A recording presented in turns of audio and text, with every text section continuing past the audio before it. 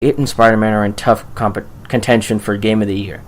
And I'm sure. Like Spider-Man PS4 is like probably going to be one of the biggest pre-ordered games of the year. Spider-Man has to blow out God of War, though. I mean, that I literally bought a PlayStation to play Spider-Man. Same. I 100% only have a PlayStation 4 so I could play Spider-Man. But I also was like, might as well get God of War. That's going to be pretty fun. Like, as soon as I heard it, like the guy at GameStop was telling me, if you pre-order, you get these cool 3 skin shields, and I was like, these shield skins, and I was like, all right, you know what? Fuck it, I can get God of War.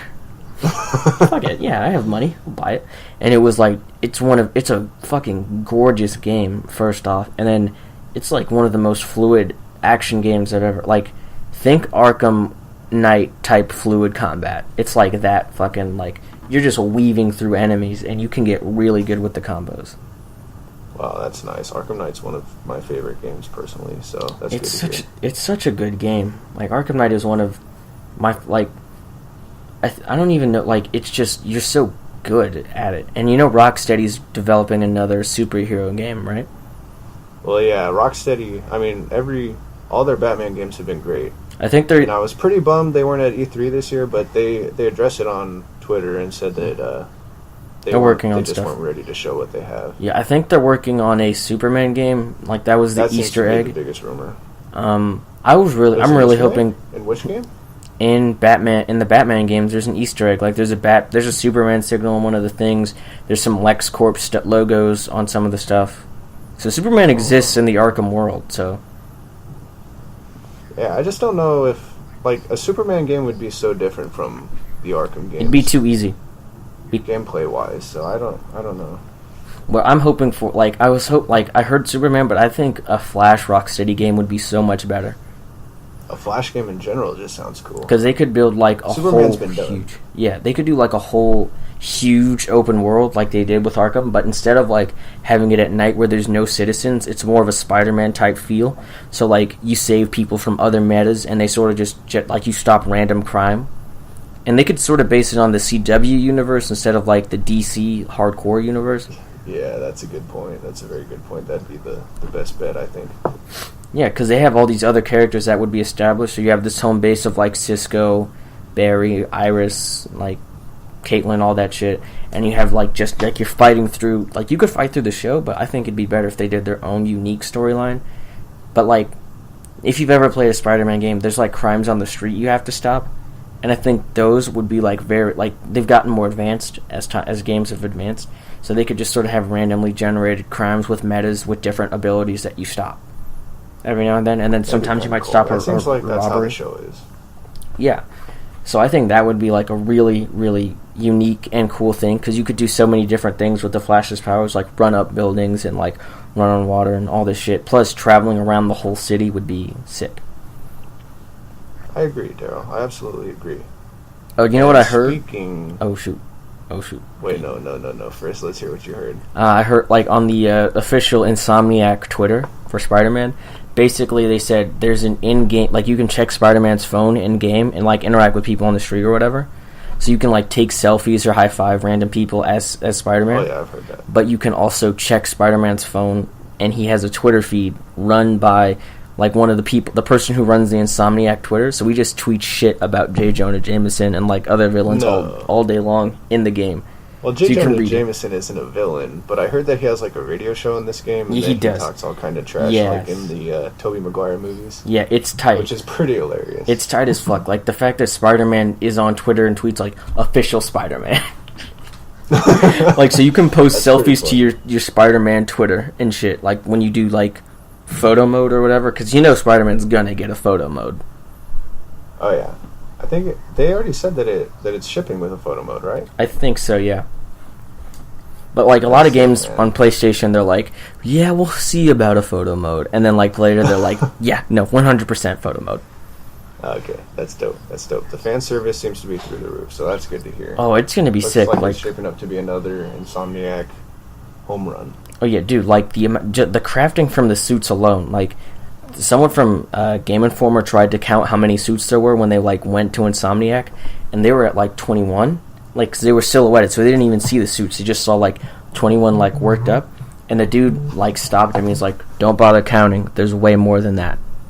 At 21. I heard that story too. At 21. You listen to their podcast? I do. I heard that on their podcast. I listen to Game Informer podcast. I forgot we were going to talk about the podcast we listen to, but we're running short on time. Maybe we'll have to do that next week. I mean, we can go a little bit longer. I think like an hour 10 is fine. All right, if you want to. I'm fine with that. I'm not busy. Let's talk about podcasts. Okay, yeah. What's your favorite podcast right now? Like, what do you listen to more typically? Well, pretty much all I listen to is video game podcasts, like the Game Informer show and all the IGN podcasts. But I also listen to some other stuff, like Josh Peck's podcast. I listen. Oh, he has a podcast? What's his about? Just Drake and Josh stuff? He just talks to random famous people that he knows that he's like friends with. Yeah, that's pretty cool. That's what I listen to. I sort of listen to like Chris Hardwick's podcast, Dax Shepard's podcast. I listen to his a little bit. Armchair Expert? Yeah. Yeah, I like it. I think it's pretty good. I like it too. And I think it's new too. It's like kind of new. Like he started it this year. Oh, yeah. Yeah, and he's had very good guests too. Yeah, like David Harbour was on one, Mila Kunis was one. Kristen Bell was like a pretty good first episode. Oh yeah, solid. Ashton Kutcher. Ashton Kutcher was on? Yeah. I gotta listen to that one. What else do I listen to? I listen to The Adventure Zone, and Oh yeah, you tried to get me into that. I tried to listen to that one. It's a little hard. I think I might need to start at episode 1. Because I tried to just listen to the newest one, and man, I was so lost. Yeah, no. That's not even the same arc. Like, they're different, like, arcs. So, like, the first season is, like, episodes 1 through 60, and it's, like Dungeons and Dragons. They're playing a whole different game in the second arc, which is Amnesty. And it's basically the Fate game, which is... It's kind of like Dungeons and Dragons, but it's a lot harder. Like, you can't do all this crazy shit. You can do some shit.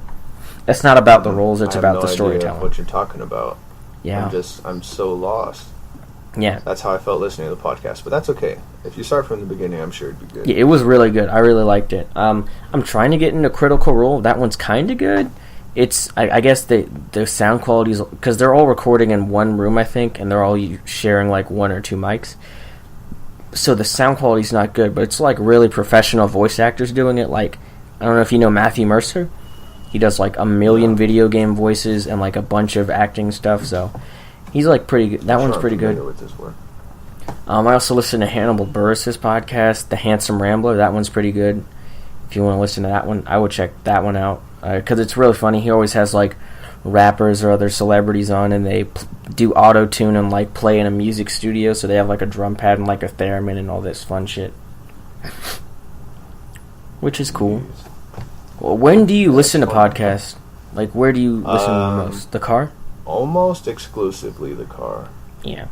Sometimes, like, when I'm in school, I like to listen to podcasts, like, walking around and stuff, but at the same time, it's like, I kind of need to focus on my work as well, so it's usually in the car.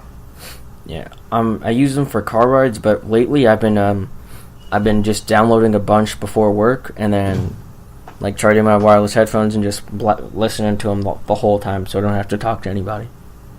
Yeah, that's true. When I was working at the golf course, I did that a lot, and it made the day go by very quickly. It was very nice. It's so nice, yeah, because it's just sort of like, I'm not tuned into like this stupid job that I'm doing that I hate so much. It really takes you away from what you're doing, which probably your boss wouldn't like, but... Our boss is cool with headphones as long as you don't have both in. Okay. Wait, were they not cool with you doing it at the golf course? No, they were fine with it. I'm just saying, like the fact that you're not really... Oh, yeah, zoned in. What you're supposed to be doing. Well, I mean, you're still doing it, but you're not, like, 100%, you know? Mm-hmm. All right, so do you want to get into the question? The only question we got. I'm very interested to hear what's going on here. I had a little sneak preview, and I'm ready. Lay it on me, Daryl. The only question we got is from our good friend Noah, who asks... Noah? Yes. The one from episode 1. Noah? And did he listen to the first episode? I think so, yes. Wow, thanks, Noah.